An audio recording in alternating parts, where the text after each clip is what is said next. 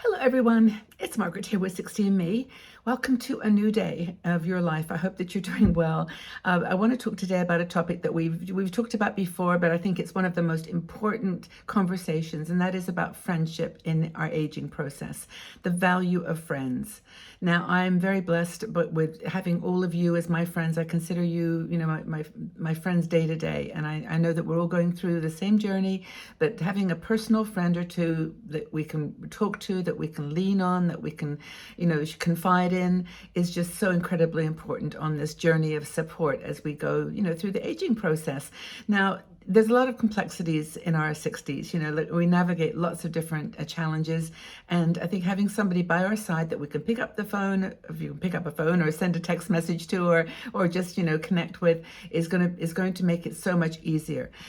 Friends offer like a really unique form of understanding and solace. I mean, it's really challenging sometimes when I read some of the comments that things that you are all going through with your children and grandkids and all the life challenges with medical issues and other things, emotional challenges. It's really hard to do it alone.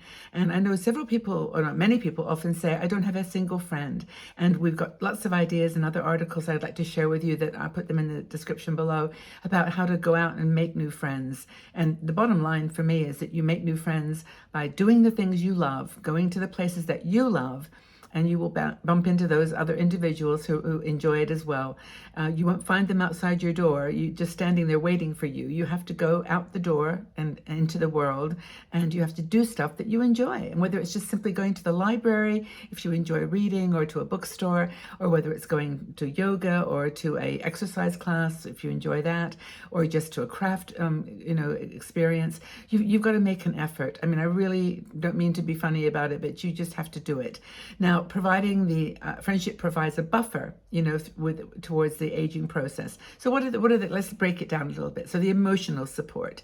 First of all, they understand you. They've been through, if a friend is 60 in her 60s or is 60s, you know that they've been through similar situations, and they can offer understanding and comfort, and they get it. I mean, it's just, they can provide empathy and understanding that's meaningful. It's not just, words, it's truly from their own experience. They can help you to navigate emotional challenges. They can encourage you if you're feeling down to seek help. They can offer that help as well. I mean, they can just be your kind of a mirror, like a reflection back to you emotionally. And that's, I think, probably in some ways the most important function of a friend, is that they can offer compassion and support. And I'd love to know, by the way, what kind of friendships you've got. As if you can leave your comments in the section below and subscribe here to the channel, because we have this conversation a lot, and I think it's really, really helpful. The second thing is having friends encourages healthy living.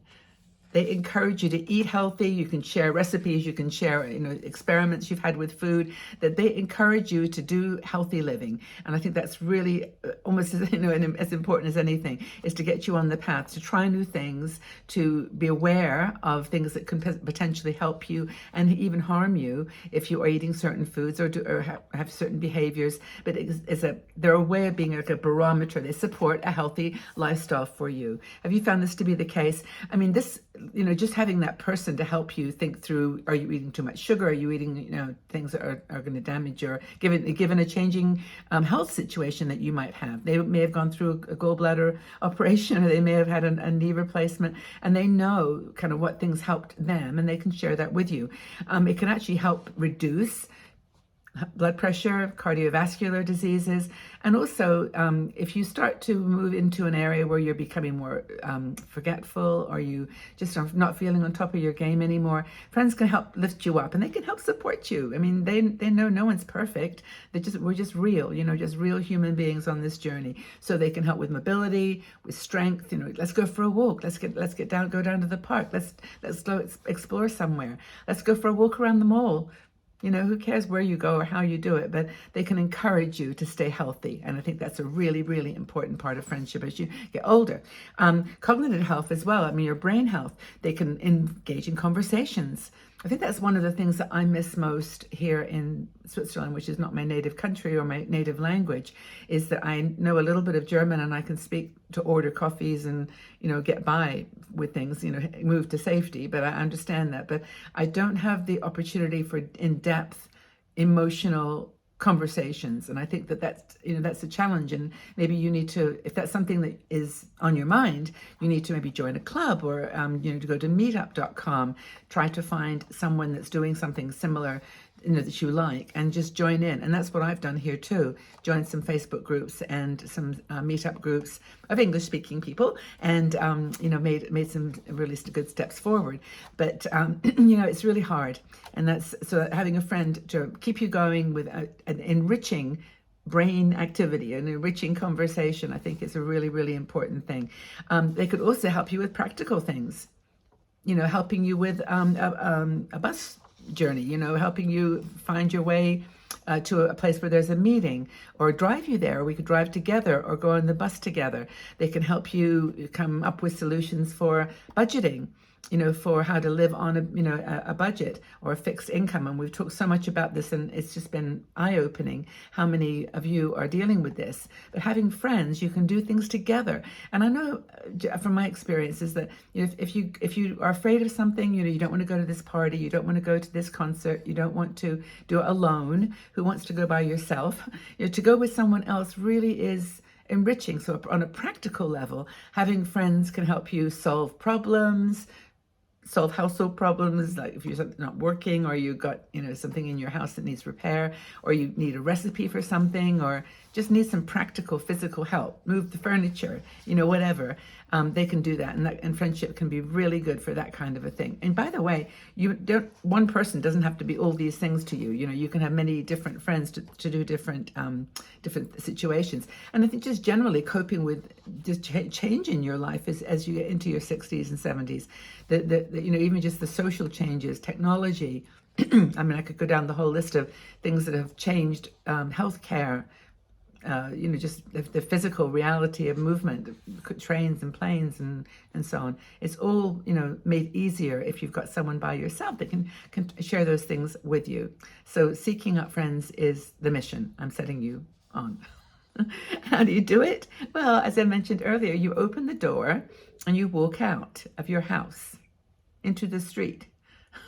And you go somewhere. You go to the coffee shop, or you go into the shops to buy your groceries, or you go to the library, or you just get out. You get out into the world and reach out. You reach out to groups that on Facebook or other places that are in your area. There's so much online. Just try it.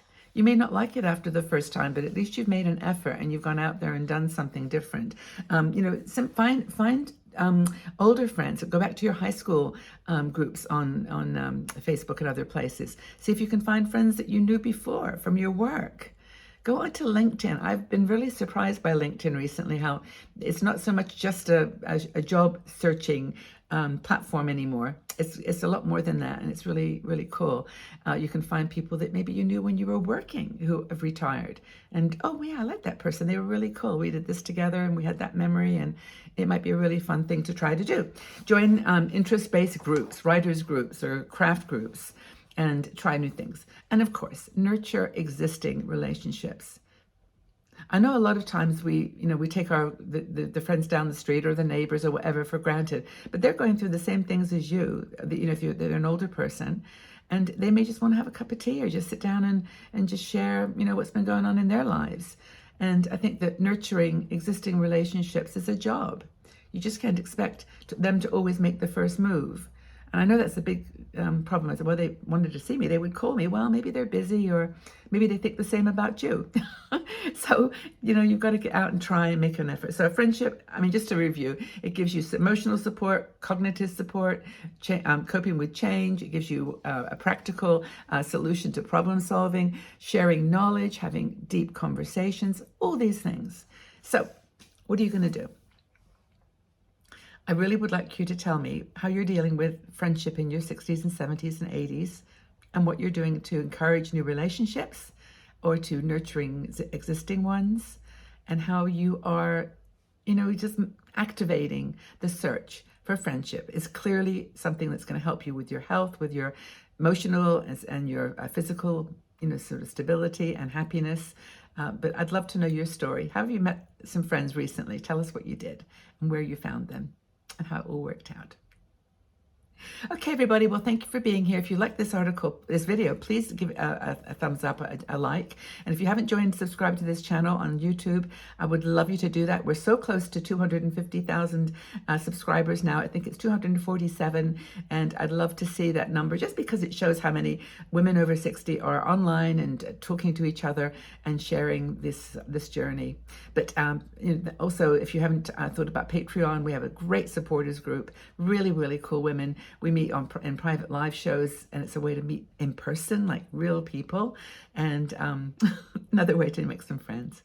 But anyhow, take good care of yourselves, everybody. Go in the world and seek new friendships, and good luck. Let me know how you do. I'm really excited for you. Okay, take good care.